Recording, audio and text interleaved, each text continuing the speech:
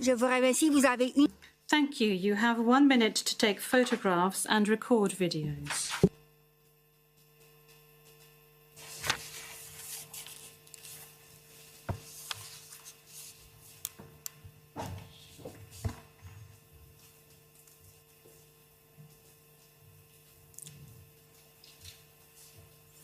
Merci beaucoup. Thank you very much. Court officer, please, could you please call the case?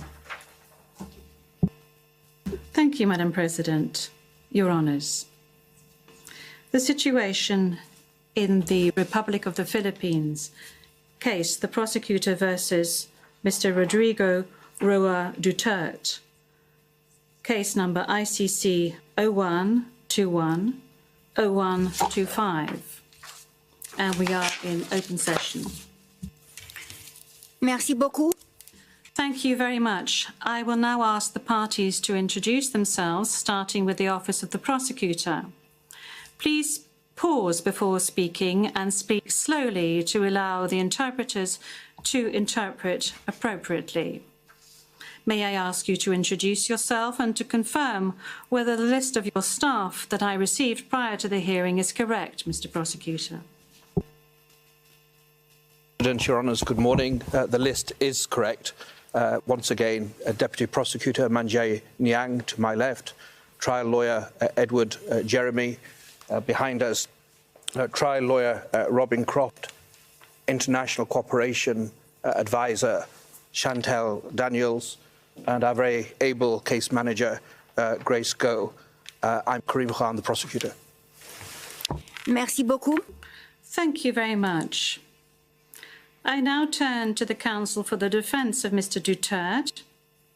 As everyone can see, Mr. Duterte is present and is attending the hearing via video link. As Mr. Duterte made a long journey involving a considerable time difference, the chamber authorised Mr. Duterte to follow the hearing at a distance. His counsel, however, is present with us in the courtroom. Thank you, counsel. Please introduce yourself. Good afternoon, Your Honours. I am Salvador C. Medjaldea, counsel for Rodrigo Roa Duterte. Merci beaucoup. Thank you very much. Thank you very much, counsel. I will now introduce the chamber. By my side, we have the Judge Rain Adelaide Sophie Alapine Gansu, the Vice President of the Court, and Judge Maria del Socorres Flores Liera. I am the presiding judge of the pretrial chamber 1 of the court, and my name is Julia Antonella Motok. Now, I would like to speak to you, Mr. Duterte. I'm speaking French, but you are receiving interpretation of what I'm saying in English. I understand that you are at ease in the English language and that the interview yesterday at the detention center was conducted in English and that you did not deem it necessary to request interpretation into any other language during this interview. This said, I would like firstly to confirm your identity. Could you provide us with your full names, please? I'm Rodrigo Roa Duterte. That's my first middle name is Roa. The surname is Duterte.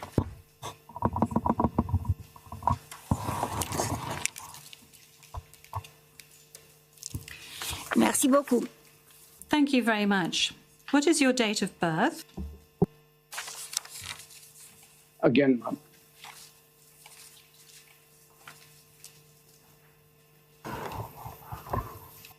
Can we request that the question be repeated? I don't think he heard it. Thank you. Repetition from the English booth. What is your date of birth? Yes, thank you very much, counsel. I was asking quite simply of Mr. Duterte what his full names were, and then I subsequently asked him what his date of birth was and what his place of birth is. Is that all right, counsel? Yep. Of course, I do. My birth month and day is March 28, 1945. I was born in the province of Leyte in the Philippines.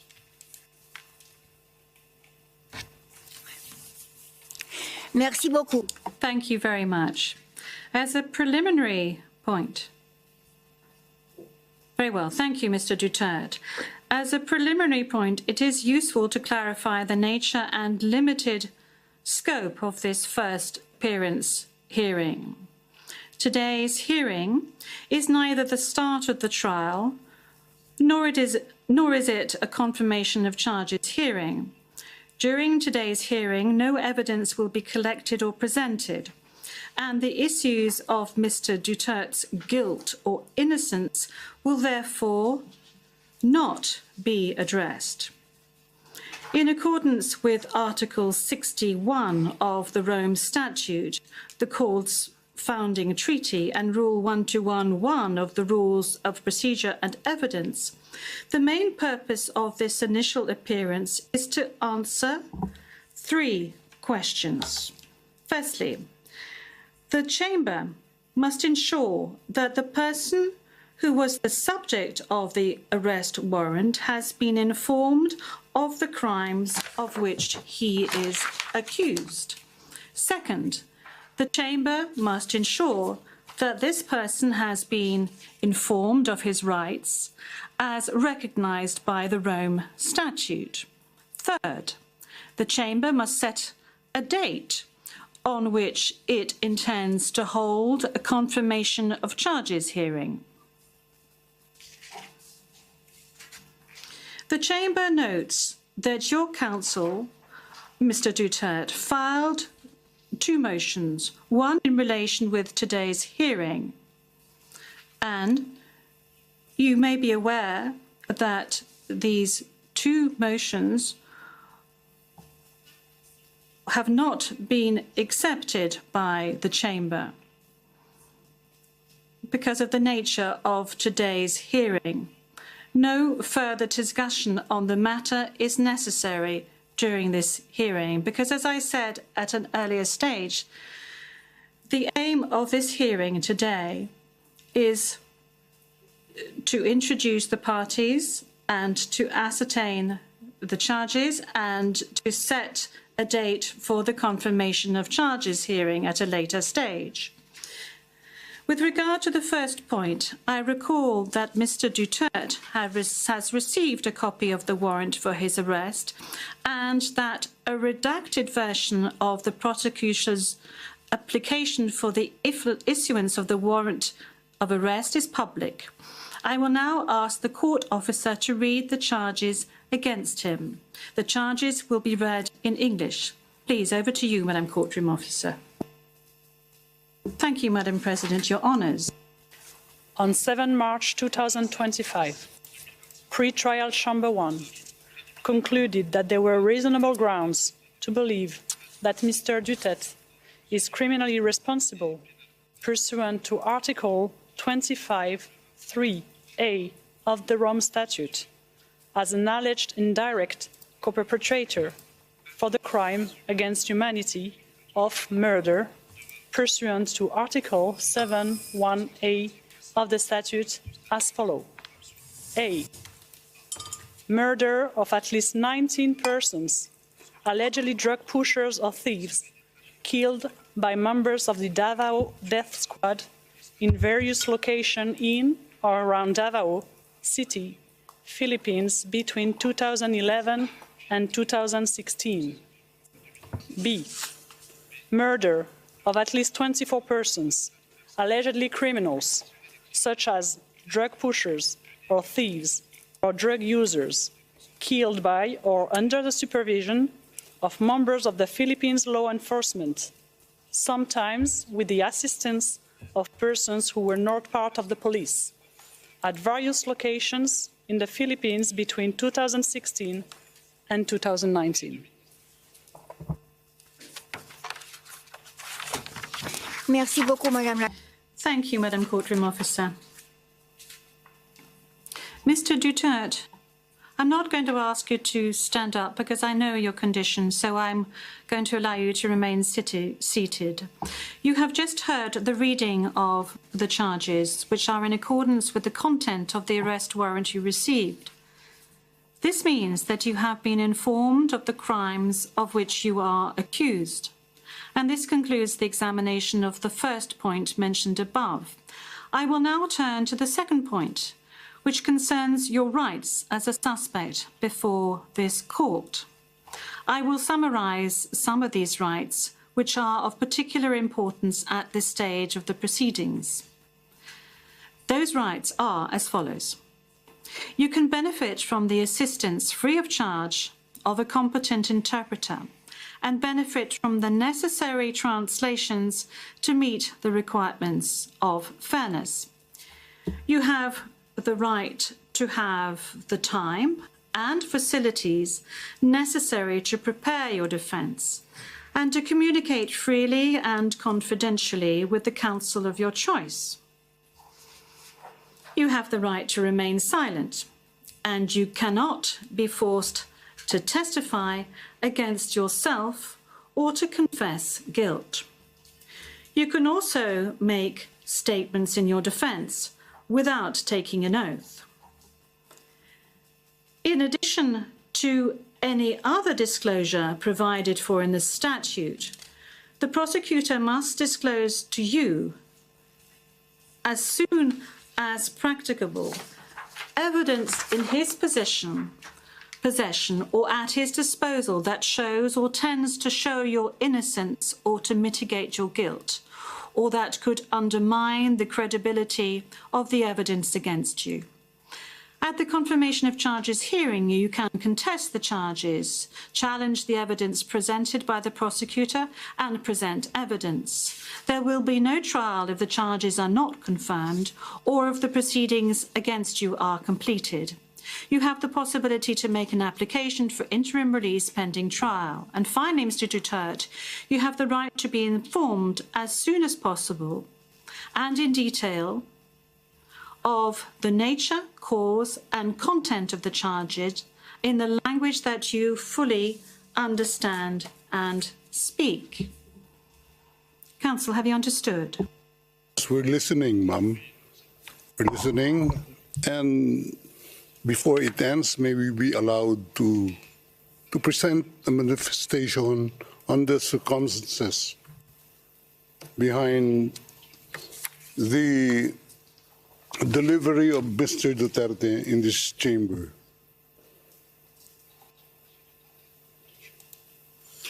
Oui, maître, je dois d'abord demander... Yes, counsel. This is as part of the procedure.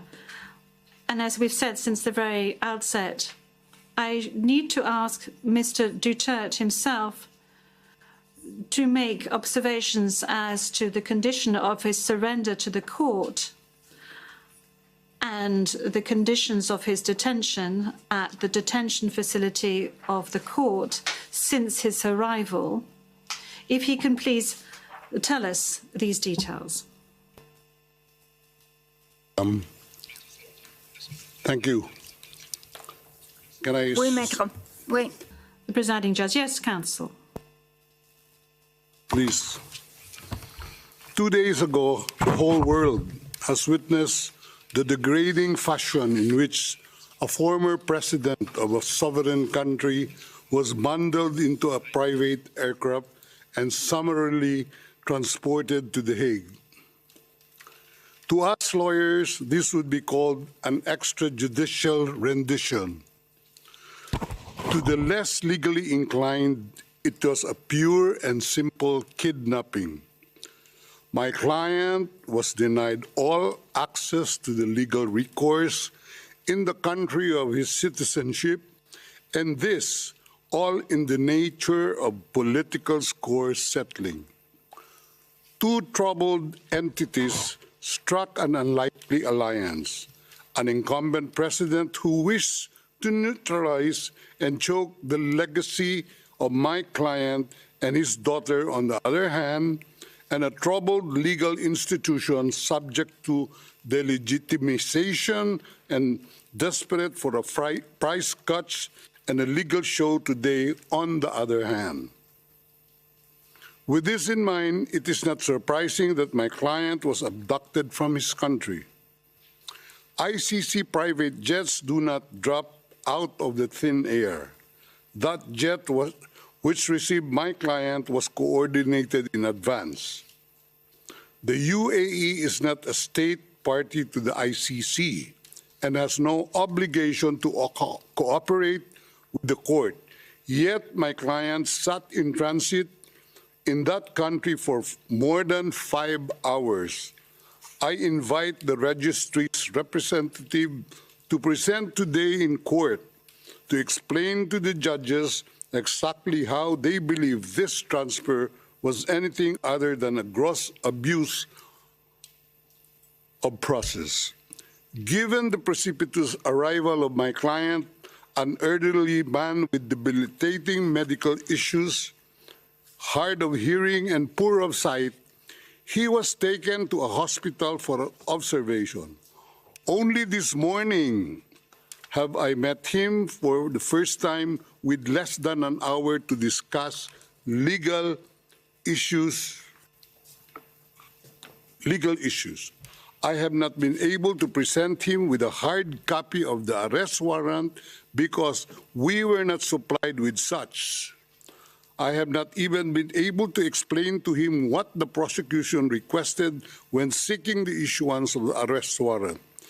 This is because the chamber only established a redacted version of the prosecution request last night. Other than to identify himself, my client is not able to contribute anything to this hearing. Most importantly, he is not able even to tell you that he has been informed of the charges as contained in the arrest warrant for a reason more pertinent to which I alluded in my written request to this honorable pretrial chamber this morning, and which is confidential in nature. Accordingly, I repeat my respectful request, which was rejected this morning, to postpone the substantive aspect of this hearing to the next week, when I will have the opportunity to sit with my client and to explain to him what a confirmation hearing is and what the disclosure is, and how the prosecution alleges that he committed crimes. I thank the court for its attention and regret to say that I do not have instructions to continue my submission any further today. Thank you.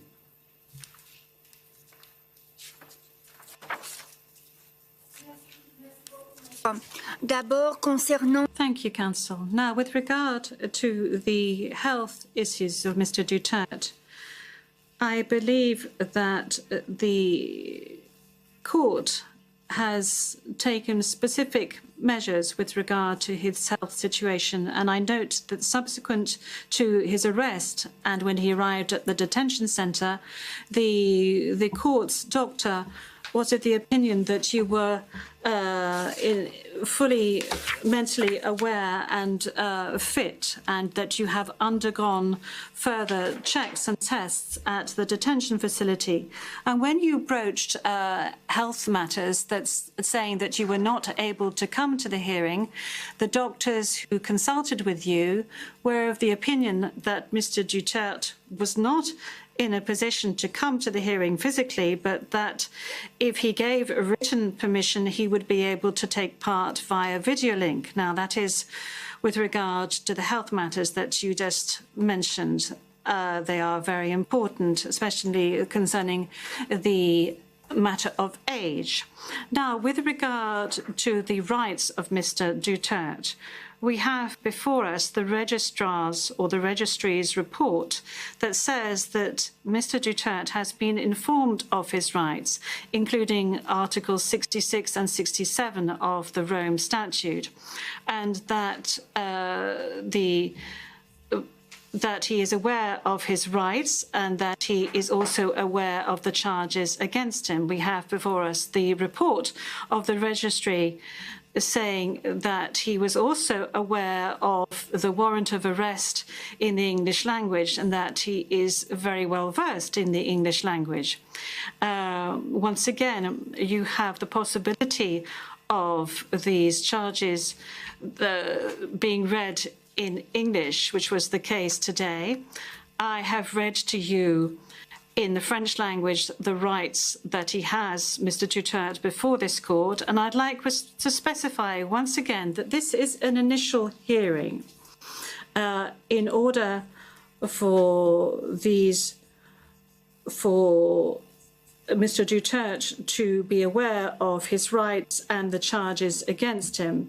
And then there will be a full procedure that will unfurl leading up to the confirmation of charges that will enable Mr. Duterte to raise all the matters that you have just raised with regard to the warrant of arrest, with regard to the crimes committed, with regards to the charges and any other matters associated with his arrest and the matters of jurisdiction of the court. You have the opportunity to do this throughout these proceedings leading up to the actual confirmation of charges hearing.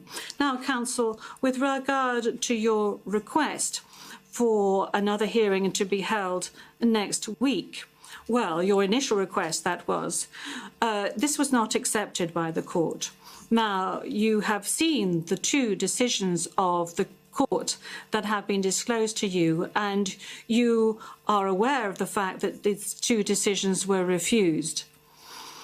And this is by dint of the fact that this first initial appearance hearing does not need much preparation, as I have said to you on a number of occasions. I am now going to move on to the third stage, which is to set the date for the confirmation of charges hearing.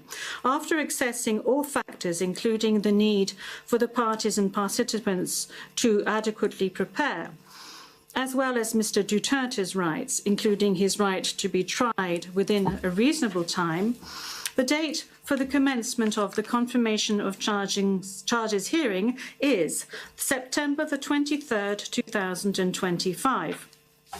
I would add that in accordance with Rule 1217 of the Rules of Procedure and Evidence, this date may be postponed by the Chamber depending on the progress of the proceedings, either on its own motion or at the request of the prosecutor or the defence. Before concluding this hearing, I would like to inform the parties of the next procedural steps. First, I would like to recall that in accordance with Rule 1212B of the Rules of Procedure and Evidence, the Chamber holds status conferences to ensure a small exchange of information under satisfactory conditions. These conferences are organised either ex officio or at the request of the prosecutor or the defence. Secondly, a set of decisions will be taken in a timely manner to ensure that the proceedings progress smoothly and expeditiously. More specifically, I am referring in particular to a decision on the arrangements and procedure for the disclosure of evidence, and a decision setting a timetable for the disclosure of evidence in such a way as to ensure orderly and efficient disclosure between the parties.